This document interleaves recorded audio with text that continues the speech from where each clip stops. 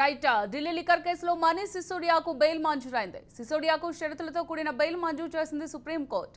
Liquor కేసులో సిసోడియా 17 నెలలుగా జైల్లో ఉన్నాడు. ఈ నేపథ్యంలో బెయిల్ మంజూరు చేసినప్పటికీ దేశం విడిచి వెళ్లొద్దని సుప్రీంకోర్టు ఆదేశాలు జారీ చేసింది.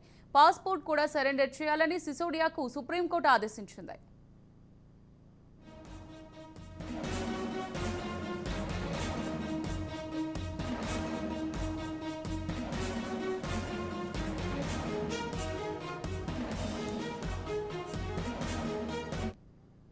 రైట్ ఢిల్లీ లిక్కర్ కేసులో మనీష్ సిసోడియాకు బెయిల్ మంజూరైంది.